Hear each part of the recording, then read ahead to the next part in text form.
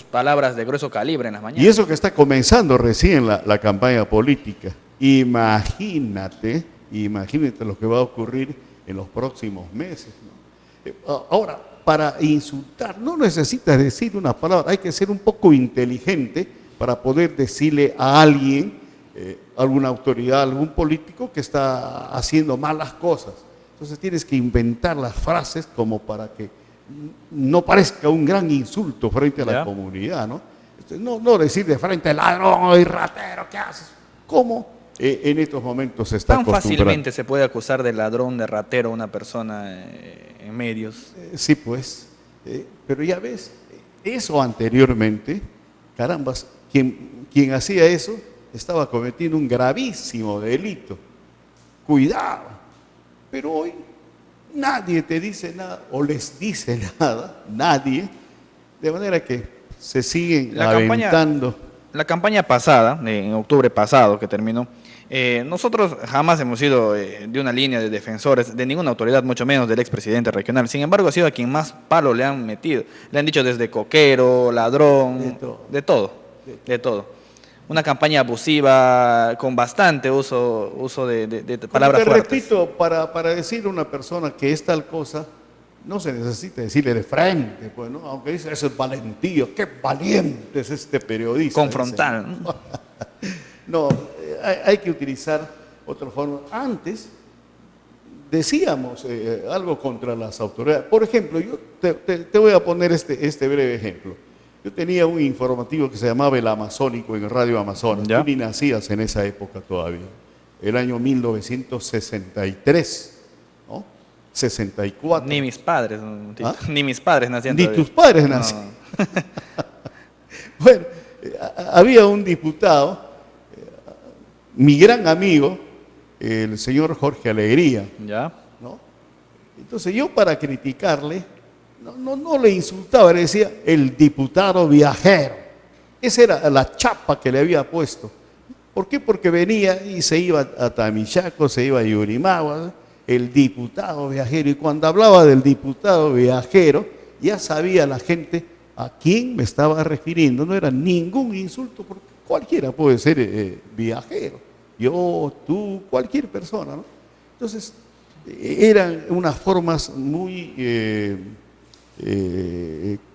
respetuosas de criticar a una persona. Ahora, hablando de este hecho de las críticas, se le ha acusado también en un momento, he estado investigando también, don Tito, había un alcalde de Apellido Arana, creo, que también decía que usted era muy crítico de ese alcalde, al final terminó atentando contra su propia vida, aquel alcalde.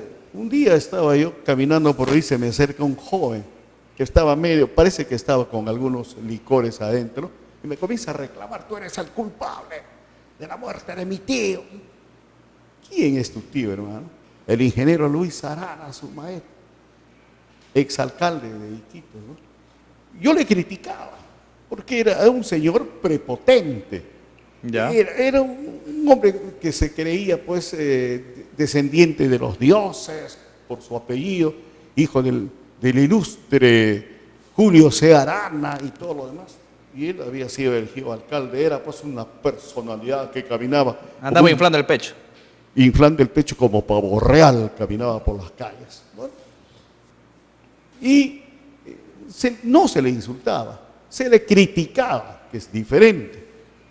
Pero él tuvo un problema, y eso mucha gente todavía sabe, el problema que tenía el ingeniero tenía graves denuncias, Luis Arana, por corrupción. Iba a entrar a la cárcel. ¿Por qué? Porque siendo alcalde, estando de alcalde, creo que participó en la compra o venta irregular de frijoles que venían en lancha, todo, que fondearon los frijoles para ocultar el delito, en fin, un problema que fue denunciado, Cuando él se va un día al juzgado, que en esa época despachaba en la primera cuadra de la calle Putumayo, ahí había un juzgado, sube al juzgado y le avisan que su situación está muy grave. Estaba con un pie adentro ya. Que estaba con un pie adentro. No había forma de arreglar. Entonces se bajó el señor Arana se bajó, se fue a su casa y se disparó con un arma que tenía en la boca. ¡Pah! Y murió. Acabó con su vida. Entonces todos decían, sí, porque Chicchi, porque Tito Rodríguez, le dice. Es su orgullo el que le ha llevado a eso, porque si no se mataba, entraba a la cárcel. Don Tito, es bastante usted conocido por el apelativo del Chicchi. ¿Cómo nace el tema del Chicchi con su pareja Ashishito, ¿no? Pareja de conducción? Esa es una larga historia, pero Larga voy a historia. tratar De resumirlo. De ser Lo más breve posible. corto, breve. Nosotros con Iglesias, Manuel Iglesias Noriega, a quien le decíamos en el trabajo fakir, porque era flaquito y parecía esos fakires que soplando su flauta hacían bailar a las culebras. Entonces, ese parecido tenía. Y en Radio Atlántida, donde yo le encontré trabajando, porque yo estuve trabajando en Lima y luego vine a trabajar en Radio Atlántida, fakir, Iglesias. Resulta que el año 63 viene el doctor Íbico Nicolás Rojas Rojas. Él era locutor, ha sido locutor aquí en Radio Atlántida, tuvo un problema con el señor Reate Burga y se fue a Lima y ahí estuvo trabajando. Ya. Y le eligieron para ser el nuevo gerente de una, valga la redundancia, nueva emisora aquí en Iquitos, Radio Amazonas. Cuando viene Íbico, nos encontramos nuevamente y lo primero que hace es Rodríguez, Iglesias, vamos a trabajar en Radio Amazonas. Ahí en Radio Amazonas ya yo me encargaba del informativo, un informativo que se llamaba El Amazónico, que es justamente sobre lo que estábamos hablando hace algunos momentos. Y Manuel Iglesias, te dije que es largo, no te rasques la cabeza pensando de que... No, bueno, te dije, para nada, es un gusto escucharlos. Ran, agarro mi llave, me voy a la puerta y ¡pran! Le abro para hacerle correr al Tunchi, pues. El Tunchi era Manuel Iglesias, estaba sentado escribiendo, haciendo el primer libreto de Chicchi y Ashishito. Él probó, él debía ser el Chicchi. Él quería ser el Chicchi. Él estaba haciendo su libreto para presentarlo a Íbico como cosa suya, pues, ¿no? Y comenzó a buscar sus ashishitos. El Chicchi era un personaje así dicharachero que tenía que tener una voz más alegre y más todo. Más campechana, ¿no? Así es, más campechana la voz. Consiguió un montón de ashishitos que no dieron resultado. Locutores de la radio, él se invitaba a otros amigos que tenían afición para estas cosas. Nada. Entonces, ya comenzó ya ¿cómo te podría decir? Comenzó el desgano en él. Entonces, Íbico le dice, don Manuel, ¿por qué no hace usted de ashishito y búsquese un Chicchi? Entonces, ¿qué pasó? Íbico le dijo, don Manuel, no vamos a poder hacer esto. Le dijo, oye, fakir, ¿qué es? ¿Qué tienes? ¿Cuál de tus mujeres te ha dejado? Le dijo. No, me dice, no, aquí en esta radio no se puede hacer nada. ¿Qué pues estás queriendo hacer? Yo ya le pregunto, ¿tú qué sabes de estas cosas? Entonces, y así tenía el papel, el guión, el libreto, que ya le habían tachado por un lado, le han escrito, estaba como decimos nosotros, Paichipango estaba. Paichipango, así a un costado. Así que me voy. ¿Qué pues estás queriendo hacer? Le digo y agarro. ¿Tú qué sabes de estas cosas? Me dice, tú eres locutor limeño. A ver, vamos a leer. Entonces yo comienzo a leer la parte de Chicchi y él me acompaña ya como a Chichito, ¿no? Y se queda mirando. Vamos a decirle a Íbico. Le gustó. Vamos. Le presentamos el guión, el mismo que había visto hace varios días atrás, y comenzamos a hacer el programa. Eso queda, ahí queda. Y él le pone de nombre al programa, aquí viene un pequeño problema de algunos años, el matutino Chuchampa, con Chicchi y Ashishito, los personajes que nunca pierden diciendo la verdad. Caramba. Entonces, pero ¿qué pasaba ya en el desarrollo del programa? Porque tuvo un éxito. Salió el programa, uno de los programas más sintonizados que tenía la radiotelefonía en ese entonces, del año 1964. Entonces, todo el mundo decía, el matutino, Yuyampa, tú sabes que significa mentiroso, ¿no? El Yuyampa es un mentiroso. El matutino mentiroso, me decía, mentiroso, mentiroso.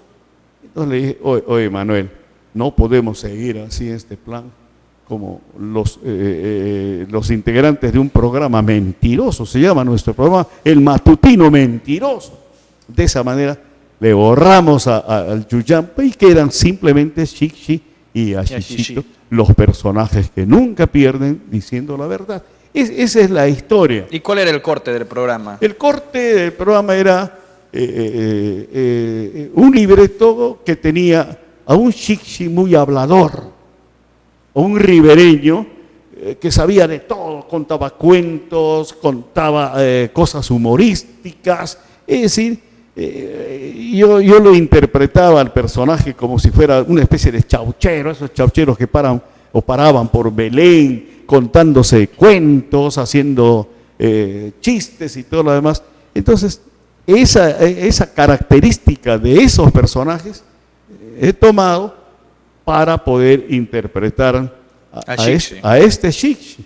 Y el programa tuvo pues una gran acogida y hasta estos momentos me están pidiendo volver con el Xixi. Volver con Xixi y Ashishito. Pero ¿qué ocurre? Manuel Iglesias hace 13 años que entregó su alma al Señor. 13 años. Pero ¿quién puede hacer aquí? Yo tengo mi Ashishito. Pero ¿cuál es el problema para no hacer en televisión sobre todo? Para radio es fácil ir a un micrófono y leer el libreto, o sea, interpretar el libreto. El problema es, nosotros leemos el libreto, no es yo me voy al micrófono, le digo, hola Chichito, ¿qué esto, que por acá? No es improvisado, ¿no? No es improvisado el programa. Hacer eso sería improvisación. El programa se hace con un libreto de 8 a 9 páginas. Y no hay libretista. Diariamente. Y no hay libretista. El libretista soy yo porque después de algunos años de trabajar con Iglesias, yo le dije, yo también puedo hacer esos libretos. ¿Y cuál es el detalle entonces? ¿Por qué no puede volver Xixi y Ashishito en esta temporada ya 2015? Te digo, te muestro aquí la verdad. El detalle. Este set no tiene un teleprompter, por ejemplo. Tiene un monitor. Nada más. Pero no tiene. Entonces, el asunto es redactar el libreto y meterle al teleprompter para poder leer del teleprompter de frente sin estar agachando la cabeza. Pero se pudiera hacer un teleprompter, don Tito. No es muy difícil hacer un teleprompter. Hermano, ahí en el canal en que estoy he pedido, si quieren este programa, pongan un teleprompter. Si yo pongo el libreto en el teleprompter y nos ponemos a interpretar a los dos personajes, ¿quién va a ser mi personaje? El que estaba hoy día conmigo, Ramón Alfredo Orbe Sánchez, ¿no? Que tiene todas las características. Además también es un buen libretista que me podría ayudar en los libretos. El personaje del Xixi tiene algo que ver con aquel personaje del Sinchi, que no tiene nada que ver. No. Cuando vino Vargas Llosa acá, Xixi estaba de moda todavía en esa época. Entonces, quien le hacía pasear, conocer la ciudad y todo, era el chino Alarcón, el papá de Nancy Alarcón. Entonces, él le iba informando todos los nombres que están ahí, le iban informando a Vargas Llosa de los periodistas, sobre todo, estos nombres que iba inventando el chino Alarcón. Y naturalmente, Mario Vargas Llosa era el que iba tomando nota de todo eso. Bueno, pero resulta que al Sinchi le pone como un periodista chantajista. Como muchos que hay ahorita. Bueno, como haya faltado ponerle otro nombre, que nosotros sabemos bien quiénes son. Y salió. Cuando yo me entero que soy el personaje, me dicen, oye, tú eres el personaje de Pantaleón. primero me alegro, pues, ¿no? Hasta cuando ya me decían, oye, el personaje de Vargas Llosa. Compré el libro de Mario Vargas Llosa, el famoso Pantaleón. Cuando comienzo a leer Pantaleón me doy cuenta que ese personaje, Sinchi, era pues un sinvergüenza, ¿no? Un periodista de esos gritones, ¿no? que buscaba plata y nada más. No, ese no soy yo. Y desde entonces, dije, cuando alguien me preguntaba sobre el personaje, eso no soy yo, ¿no? ¿Quién será? Él ha copiado el trabajo, por información del Chino Alarcón, copió el trabajo de algunos otros periodistas, algunos que gritaban, otros, en fin, y le ha puesto Sinchi, porque si le ponía Chixi, caramba, estaba cometiendo un delito. Ya. Chixi ya es un personaje que existe, de manera que no soy el Sinchi. Don Tito, ¿cuál sería la recomendación para los nuevos jóvenes? Porque hay muchos compañeros míos de la universidad que estamos saliendo con esa intención de querer hacer un periodismo correcto, un periodismo profesional. ¿Cuál es el mensaje? Usted ha sido reconocido el día de hoy por también el Colegio de Periodistas, ¿no? Así es. Ha sido reconocido. Dos cosas son importantísimas. La primera es una recomendación que tenemos desde el colegio, con Jorge Luis Donaire. Acostumbrábamos a conversar sobre literatura y la condición, tienes que tener tu diccionario. Ya. No, agarra el diccionario para que aprendas palabras y todo lo demás. Ese trabajo es fundamental. Y el otro es leer y saber leer, porque si lees y no sabes leer, no aprendes nada. ¿Cómo le llaman a esto de los estudiantes que no aprenden, están leyendo su libro y no aprenden? Comprensión lectora. Ya. Tienes que tener comprensión lectora. Leer una vez, repasar todo, te sirve para el trabajo de locución. Porque si no sabes leer bien, caramba, no puedes llegar en ese afán de comunicar a los demás, al público. No puedes hacerlo. Aquí había un colega, hasta ahora vive, una voz excelente, corombos.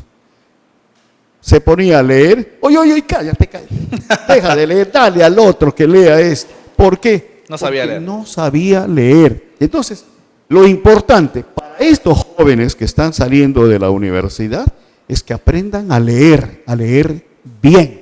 Y cuando lean bien, van a aprender su trabajo de locución y van a aprender a escribir, porque si no saben escribir, nunca van a ser periodistas. Esa es una recomendación sencilla y eso para las nuevas generaciones. Muy bien, don Tito, muchas gracias. El tiempo nos ha quedado corto, realmente ya va a ser, Oiga, ya va a ser las las 11 de la noche, ya estamos terminando el programa. Don Tito, muchas gracias. A mi hijo le he pedido que me acompañe un ratito para la entrevista y está durmiendo. Muchas gracias, don Tito. Muy amable, gracias Randy Ríos, muy amable, hasta otra oportunidad. Gracias.